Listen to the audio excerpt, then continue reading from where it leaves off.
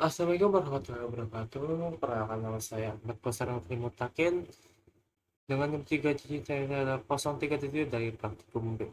Di sini saya ingin membahas mengenai sistem akuisisi data menggunakan sistem akuisisi data dual MCU dan komunikasi SPI. STM32 digunakan membaca data sensor secara real time, sedangkan ESP32 menangani penyimpanan tampilan dan pengolahan data. SPI dan DPA sebagai karena memiliki kecepatan tinggi dan mendukung komunikasi dua arah.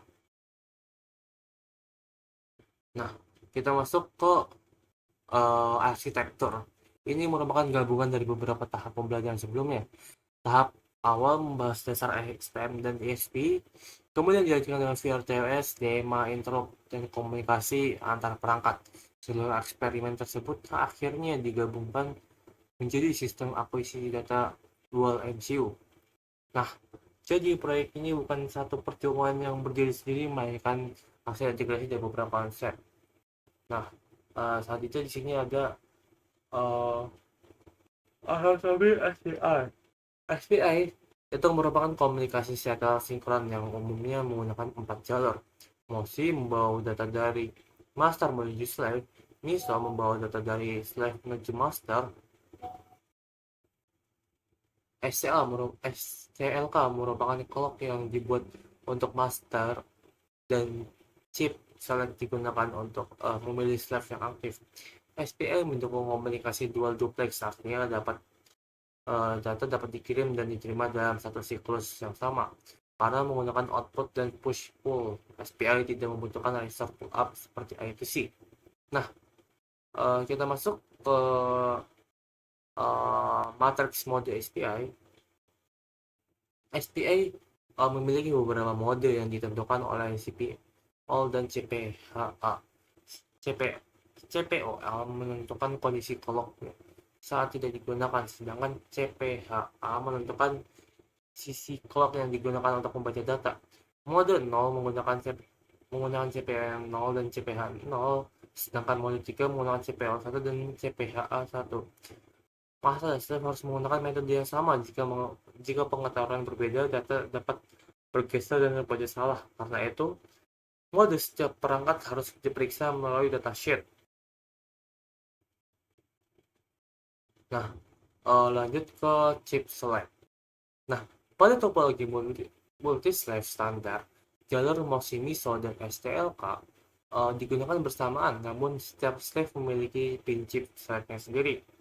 Master hanya mengaktifkan satu chip select dalam satu waktu. Slave yang tidak dipilih harus membuat jalur MISO berbeda dalam kondisi high independence dan harga tidak mengganggu komunikasi. Ada juga topologi DCC dapat menghemat pin chip select, namun data harus melewati perangkat secara beruntun sehingga latensi lebih tinggi dan tidak semua perangkat mendukungnya. Terus selanjutnya mengapa menggunakan SPI? Dibandingkan I2C, SPI membutuhkan label lebih banyak label, namun kecepatan transfer jauh lebih tinggi dan protokol lebih sederhana. SPI juga mendukung full duplex, sedangkan I2C menggunakan komunikasi dua arah secara bergantian. Dalam sistem ini, akuisisi data kecepatan penting karena data sensor harus dipindahkan dan disimpan tanpa menggunakan spelling berikutnya. Karena itu, SPI lebih cocok perangkat seperti ADC cepat, memori flash, kartu SD, dan DAC dan layar. Nah, selanjutnya di sini ada ekosistem perangkat SPI. Perangkat SPI dalam sistem ini dibagi menjadi beberapa kelompok. Untuk penyimpanan menggunakan W25Q64 untuk flash dan micro SD untuk tampilan guna OLED SSD 13006 dalam mode SPI. Pada bagian konversi, sinyal terdapat MCP3008 sebagai ADC 10 bit dan MCP4921 sebagai DAC 12 bit. Dengan referensi MCP4921 berasal dari sumber eksternal, misalnya 4,096 volt. Sementara itu, ADXL345 digunakan untuk membaca percepatan pada subu X, Y, dan Z. Nah, selanjutnya kita membahas mengenai penyimpanan dan tampilan visual. W25Q64 merupakan memori flash SPI. Sebelum memonis data, perintah write enable harus dikirim dan status pushy perlu diperiksa agar operasi sebelumnya sudah selesai. Pada micro SD, komunikasi SPI biasanya dimulai pada frekuensi rendah untuk proses inisialisasi.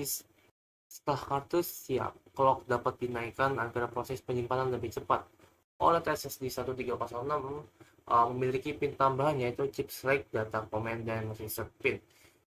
Data comment seperti membedakan apakah data yang dikirim merupakan instruksi atau data gambar. Nah, selanjutnya kita membahas akuisisi data dan konversinya. MC3008 merupakan address ekstra 10 bit dengan 8 channel. Hasil konversinya berada dari rentang 0 sampai 1023. Untuk membaca satu channel, master mengirim beberapa byte berita sekaligus untuk menerima hasil konveksi dari jalur MISO. MC4921 merupakan DAC 12 dengan nilai digital 0 sampai 4095. Ya, tersebut dikirim menggunakan frame 16 bit dan untuk memastikan pegangan analog sesuai dengan referensinya. Ada XL345 digunakan untuk membaca percepatan 3 sumbu data. Mengukur biasanya dikirim dalam format signal atau to complement. Nah, selanjutnya ada dua otak paradigma yaitu STM32 dan ESP32. Nah, STM32 lebih cocok untuk proses membutuhkan timing stabil dan deterministik. Komunikasi dapat digunakan menggunakan HAL, DMA, dan akses register langsung. Sedangkan ESP32 lebih fleksibel karena pin ESPI dapat dipetakan melalui GPIO matrix. ESP32 klasik menyediakan host SPI yang dikenal sebagai HSPI dan VSPI. Dalam sistem ini, STM32 difokuskan untuk akuisisi data, sedangkan ESP32 sebagai gateway. Nah, selanjutnya kita membahas mengenai peran VRTOS sebagai pengatur lalu lintas. Ketika beberapa tas menggunakan bus SPI yang sama, akses harus diatur agar tidak saling bertabrakan. Mutex digunakan untuk memastikan hanya satu tas yang memakai bus pada satu waktu. QE digunakan untuk memindahkan data antar tas akuisisi dapat memasukkan paket data QE, kemudian tas longer dan tas display memproses tanpa menggunakan waktu pembacaan sensor. Nah, selanjutnya ada integrasi sinyal pemilihan bus. Pada kecepatan tinggi, kualitas sinyal SPI hanya dipengaruhi oleh desain hardware. Seluruh perangkat harus menggunakan level logika yang sama, misalnya 3,3 volt. Kabel atau jalur PCB sebaiknya pendek dan kapasitor dikompling dipasang di dekat pin satu daya pada perangkat. Resistors dari kecil pada jalur clock atau data dapat membantu mengurangi ringing atau setiap, tetapi nilai harus disesuaikan dengan desain fisik. Jika komunikasi mengalami error, device seperti SPI dapat dinonaktifkan dan diinisialisasi kembali. Setelah itu dapat dikirim dummy transfer untuk memastikan clock dan berangkat kembali sinkron. Nah, arsitektur akhir dual MCU pada rancangan akhir STM32 bertindak sebagai node akuisisi real time. STM32 membaca MC3008 dan mengontrol MC4921 dan mengambil data dari ADXA. Kemudian dikirim kepada ESP32 melalui hubungan SPI dengan peran master dan slave. Untuk yang saya tekan, sebaiknya komunikasi antar MCU dipisahkan melalui bus peripheral masing-masing agar tidak terjadi konflik. ESP32 bertugas menyimpan data ke micro USB atau W25Q64 serta menampilkan melalui OLED. Dengan ini, pembagian ESTM32 fokus menjaga kecepatan sampling, sedangkan ESP juga menangani penyimpanan dan antarmuka pembagian konektivitas. Nah, selanjutnya adalah percobaan menggunakan hardware yang langsung, karena ini adalah materinya saja. Jadi penjelasan program di sini kita mendefinisikan library dulu. Kita menggunakan library Arduino, SPI, dan juga ada Fruit untuk integrasi Arduino-nya. Jadi kita mendefinisikan untuk TFT juga, yang mana TFT-nya nanti bakal memunculkan untuk beberapa pin-nya. Jadi kita mendefinisikan pin-nya di sini. Lalu di sini library ada Fruit yang juga kita definisikan atau integrasikan dengan TFT yang bakal kita pakai, terutama dengan pin-pinnya. Nah, di sini langsung kita masuk ke bagian program utamanya, di mana kita menggunakan fungsi full setup, di mana dia menggunakan upload speed atau serial begin di 115.200. Dan juga di sini untuk menginisiasi si TFT supaya bisa digunakan, kita menggunakan tft.initiate. Terus lalu kita bisa menggunakan kode merah, kita bisa menggunakan background merah itu menggunakan program dari fill screen ini, teman-teman. Yang dimana di fill screen ini menggunakan program st77xx_red. Terus juga untuk tulisan kita juga bisa mengaturnya dengan menggunakan fungsi set text color dengan kode yang sama dengan underscore black. Lalu ukuran tulisannya seperti biasa kita menggunakan fungsi text size, cursor, terus juga tulisan hello world. Dan di sini kita menggunakan fungsi void loop supaya dia tidak hilang. Nah, ini untuk satunya. Ketika di program ini diupload, maka dia akan memunculkan tulisan hello world seperti ini dengan background warna merah. Untuk wiringnya sendiri itu juga menggunakan disesuaikan dengan apa yang di sini. 3 volt, grounding, juga ada tadi yang definisi pinnya untuk definisi ke pin-pin dari TFT sendiri, dari LED-nya, dari SDK-nya, SDA-nya, AUX, sebagai reset dan juga grounding dan sebagainya. Oke, jadi sini kita menggunakan ESP32 sebagai mastering dan kita menggunakan metode SPI. Sini kita mengintegrasikan dari library seperti biasa, mendefinisikan pinnya untuk SPI dari SCK, MISO dan MOSI, dan juga STM32 untuk CS-nya, juga definisi untuk data LAN-nya. Sini masuk ke utamanya, file setup kita menggunakan pin mode di color white seperti biasa. Bagaimana nanti kita untuk menjelaskan high-nya, bagian void loop-nya untuk melooping bagiannya. Berarti dari ESP ini bisa mengirim data ke STM32 menggunakan dengan indikasi printout itu hello STM32, terus base setting dan sebagainya, terus white-nya untuk low, terus ada second-nya 20, kita menggunakan fungsi integer, dimana ini i sama dengan 0, jika i nantinya bakal lebih kecil dari data LAN maka akan menghasilkan increment. Lalu di sini di color white STM32 untuk high, dan ini delay-nya kita menggunakan 1500. Nah, di sini kita akan masuk ke bagian sebagai slave-nya alias penerima datanya si STM32. Di sini melakukan library seperti biasa untuk definisi pin TFT-nya menggunakan PB1211. Lalu di sini untuk mendefinisikan bagian PB SPI-nya, definisikan untuk slave-nya. Di sini untuk void setup-nya untuk menerima data, ini juga untuk menerima data untuk ininya, dan juga ini untuk input floating dari menggunakan pin untuk fungsi floating-nya nanti. Di sini juga ada untuk memvalidasi data. Kita menggunakan fungsi while dummy, dan juga untuk memberikan ini untuk bagian sesuai dummy-nya ini itu fungsi nanti untuk menerima data dari ESP32 yang sudah mengirimkan datanya mulai dari start type ini dan sebagainya. Lalu dari ini akan ada fungsi while if, di mana ini untuk menunggu data atau CS dari ESP32 nantinya ketika ada kondisi high itu bakal berubah menjadi low. Lalu di sini selama ketika masih low itu juga bisa menerima data menggunakan fungsi dari while if ini menggunakan index. Lalu kembali high juga seperti ini sama kurang lebih untuk void loop-nya. Dari sini untuk merevisisikan di TFT-nya seperti yang sudah dijelaskan di awal, di screen, text color, draw line, set cursor dan sebagainya. Lalu file setup-nya untuk merevisisikan pin, untuk di TFT sendiri untuk masuk ke fungsinya, apakah fungsinya pengen kita merah, itu fungsinya dan sebagainya. Nanti ketika sudah masuk datanya lewat ESP ke STM itu bakal langsung STM32 ready. Nah, ini ketika sudah data yang masuk akan ada data. Nah, kalau data sudah masuk artinya itu bakal muncul keluar hello STM32 seperti itu. Nah, di sini kita contohkan.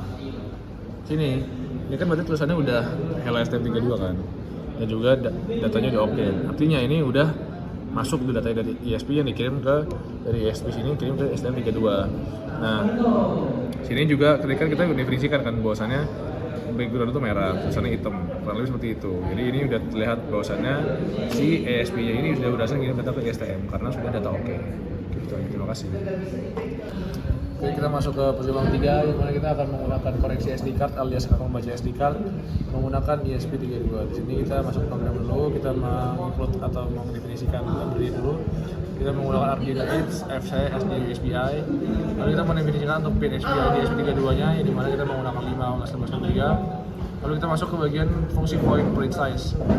Di sini kita harus paham bahwasannya kita ada beberapa tiga indikator, yaitu ada kilobyte, megabyte, dan juga gigabyte. Dan di sini cara ini kita di sini mendefinisikan rumusnya di mana ketika byte itu bakal dibagi 1024. Juga nanti misalkan hasil dari kilobyte ini bakal di 1024 akan menghasilkan megabyte. Megabyte juga nanti bakal dibagi dengan 1024 yang akan menghasilkan gigabyte. Nah, ini kita menggunakan fungsi if di mana ketika gigabyte akan kurang lebih dari sama dengan 1 atau titik 0, maka dia akan memprint serial untuk gigabyte-nya. Seperti itu juga sampai pada bawahnya, ketika megabyte-nya lebih besar dari atau sama dengan 1.0, maka di sini akan memprint untuk bagian megabyte-nya. Seperti itu di bawah sampai ke kilobyte juga. Jadi kita masuk ke void print SD info-nya.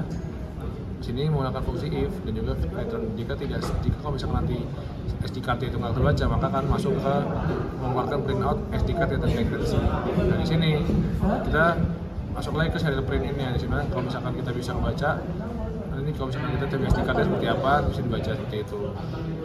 Lalu kurang lebih untuk print ininya untuk membaca kapasitasnya, membaca ke sistemnya, kita pakai berapa, sisanya berapa, printing dan sebagainya. Lalu ini setupnya untuk menginisiasi microSD ketika nanti di running programnya. Ini kalau misalkan ada beberapa kondisi ketika SD card gagal dibaca atau sebagainya, kalau misalkan terbaca akan warna seperti ini. Jadi kita langsung aja mulai untuk monitoringnya.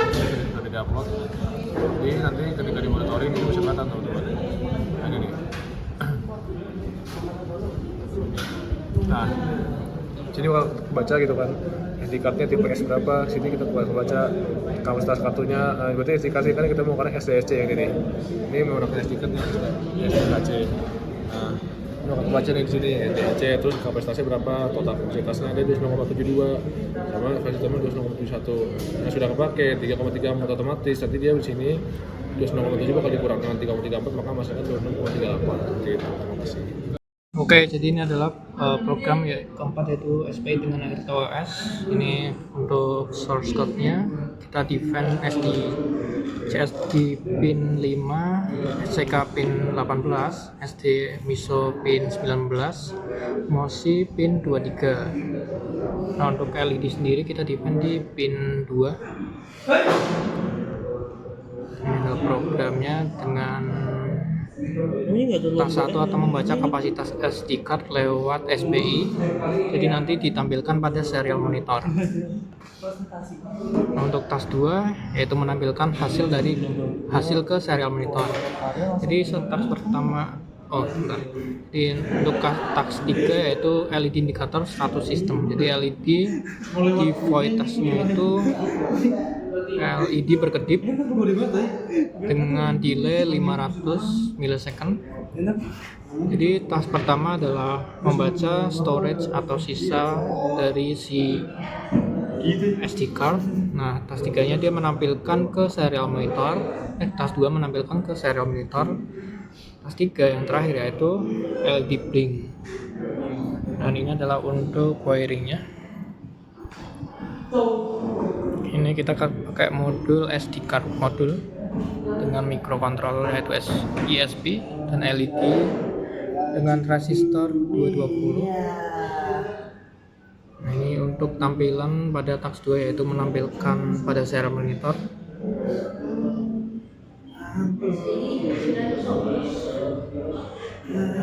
Udah gitu aja.